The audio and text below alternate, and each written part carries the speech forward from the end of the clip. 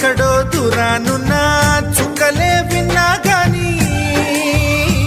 కదిలించలేదా కాస్త కూడా నీ మనసుని పరదాలు దాటి ఒక్కసారి పలకరించవేమి అందరినీ ఇలా వెంటపడి అడగాల సరదాగా నువ్వే ఎదురైతే సరిపోదా నిద్రపోతున్న రాత్రి నడిగా